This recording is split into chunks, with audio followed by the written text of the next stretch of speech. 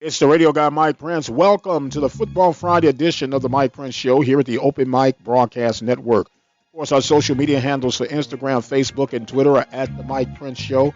YouTube channel is Open Mic Broadcast Network. Don't forget, we have the website at obnradio.com and our two dial-in message centers. Our 24-hour message line is 713-570-6736. Our on-demand listen center, 720-721-1558. And without any further delay, we're going to jump right into today's episode. Well, we know it's Football Friday, and we're working on some things. We have a big announcement that we'll give you toward the end of today's episode about our Sunday Night Live, which will be at 6 p.m. Central Standard Time. Don't forget, we also hear from Brother Carlos Brown on Saturday mornings at 10 a.m. Central Standard Time to 12 noon right here at the Open Mic Broadcast Network. We also feature Mr. Rob Butler with the Southland Report. He has a very interesting Southland Report this week. We'll hear that one right now. This is Rob Butler with your Southland Report. I've often wondered what the Power 5 of SCS would look like. Where would the Southland Conference rank? The number one conference would have to be the Missouri Valley Football Conference. It has 11 teams. North Dakota State, the three-time defending FCS champ and a winner of 8 of the last 9 national titles, is on another level than the rest of the FCS. But Northern Iowa and Illinois State, as well as South Dakota State, appear to be preseason top 10 teams. I would say there's 4 to 5 projected postseason qualifiers. My number 2 would have to be the Big Sky Conference. It has 13 teams. This is the largest FCS conference, and it was the first with 4 teams to earn playoff seeds last year. Eastern Washington, Weber State, Montana, and Sacramento State. I would say there's 4 to 5 projected postseason qualifiers. Number 3 is the Colonial Athletic Association. It has 12 teams. The CAA had the best winning percentage in FCS non-conference games last season. They went 30-9. That's about 77%. James Madison has won 3 of the last 4 conference titles and advanced to the national championship game each time. Villanova appears loaded as well. I would say there are 4 projected postseason qualifiers. And my number 4 is the Southland Conference. It has 11 teams. Now, this is the SEC of FCS. It is for me, anyway. I just love this conference for obvious reasons. The Southland appears strong enough to have more than 3 playoff teams for the first time. Sam Houston State, whose 99 wins in the 2010s were the second most in the FCS, seeks to join last year's qualifiers, co-champs Nichols and Central Arkansas and Southeastern Louisiana. McNeese and SFA are ineligible for the playoffs. I would say we'll have 3 or 4 teams qualify for the playoffs this year. And the number 5 would have to be the Ohio Valley Conference. It has 9 teams.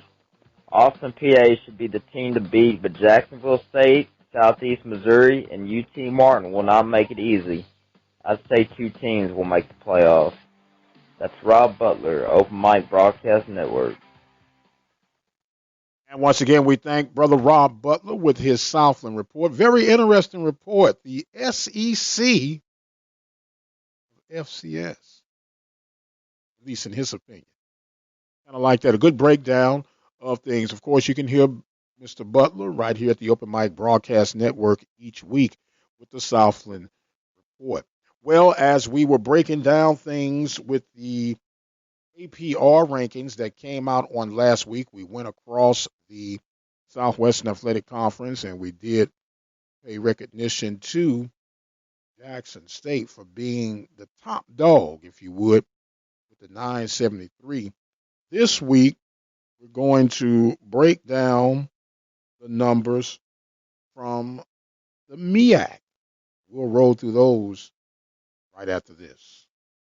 I'd like to take this time to recognize our sponsors and supporters at the Open Mic Broadcast Network: Brazos Valley Schools Credit Union, Temple of Refuge Ministries, Prairie View Athletic Club, Attorney Lee Van Richardson, Farmers Insurance of Hempstead, Texas, Diva Skin Conditioner, Helping Hands Lawn Service. Thank you for your support of our local and regional coverage Student athletics here at the Open Mic Broadcast Network. Serving the community through faith and athletics. The Open Mic Broadcast Network. And welcome back to the Mike Prince Show here at the Open Mic Broadcast Network. Of course, we are going to continue to break down some of the APR readings from the FCS ranks. This week we'll be looking at the MEAC, the Mid-Eastern Athletic Conference. A surprising report from Howard University. They were at 915. Of course, the Mason-Dixie line for APR ranking is at 930. There are talks about it going up to 950. But as we mentioned, you had a couple of dings from the MEAC that were noticed during this APR ranking. Remember, this is a 4-year average with the last year dropping off. You add another consecutive year, and you get your average, and that average has to be 930 collectively in a 4-year gap. So, as we mentioned, Howard University came with a 915 ranking, which actually put them at a level 2 as far as infractions from the NCAA. So they will have in-season and out-of-season restrictions. And to add insult to injury, they are postseason ineligible. That was Howard University, the 915. Next would be Delaware State. They fell a bit short. They came in at 921, but there were no infractions imposed. More than likely, they may have used a waiver that is available. I believe it's 2 waivers that you could use within the 4-year period, something to that nature. But they come in at a 921. Now on to those who survived through the APR ranking. Bethune-Cookman comes in with a 938. Morgan State comes in with a 940.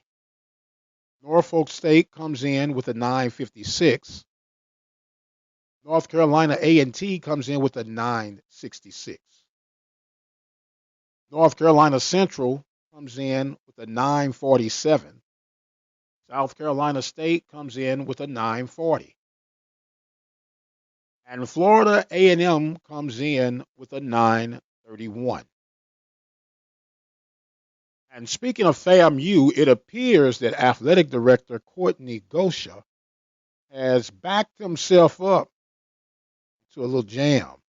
It appears that he may have exaggerated the truth, if you would, on certain projects he was involved in. There was a very interesting feed that came from the Rattler newsletter questioning, or should we say challenging, some of the claims that were made by FAMU's athletic director. You can go and check it out.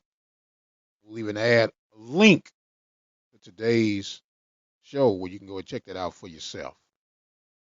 I'm going to take another quick break, and we'll be right back with more Football Friday right here on the Open Mic Broadcast Network and the Mike Prince Show.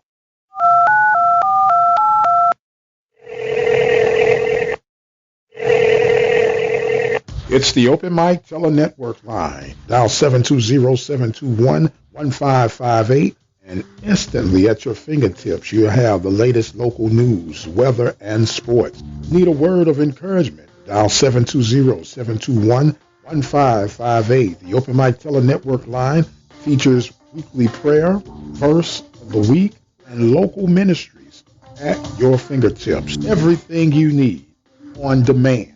Dial 720-721-1558. 24 hours a day, 7 days a week. No internet, no problem. No Wi-Fi, no problem. No app, no problem. All you need to do is dial 720-721-1558 to listen now.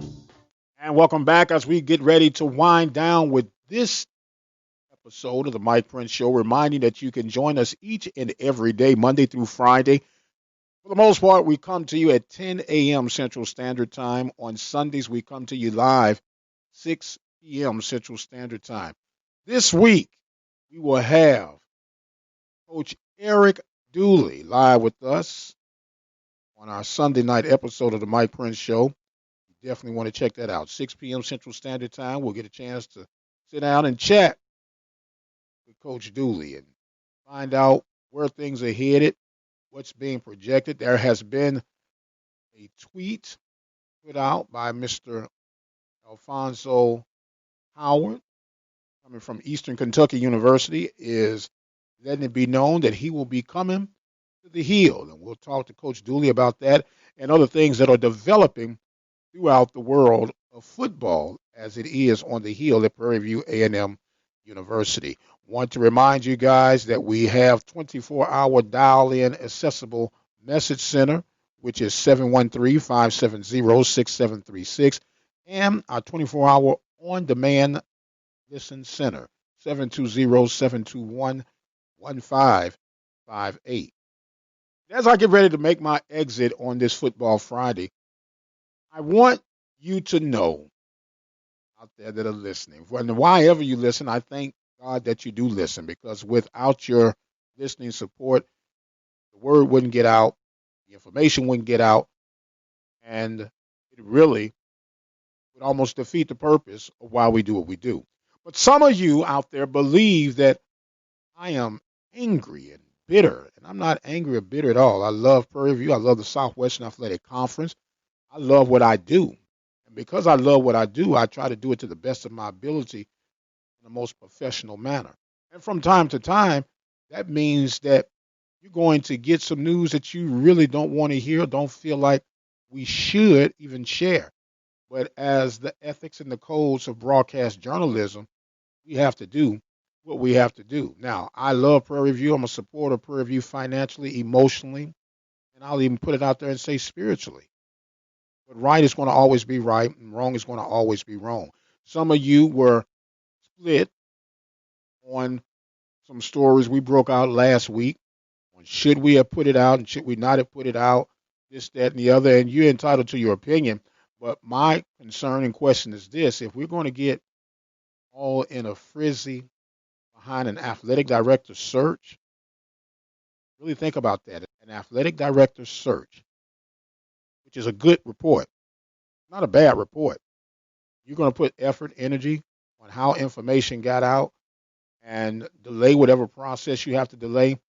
I think we're really trying to split hairs, but it is what it is. You have the time and the effort to do that, then God's speed to you. But if you really break down and analyze what is reported here at the Open Mic Broadcast Network, and I might add with consistency, is the truth as we know it, and it is fact-driven.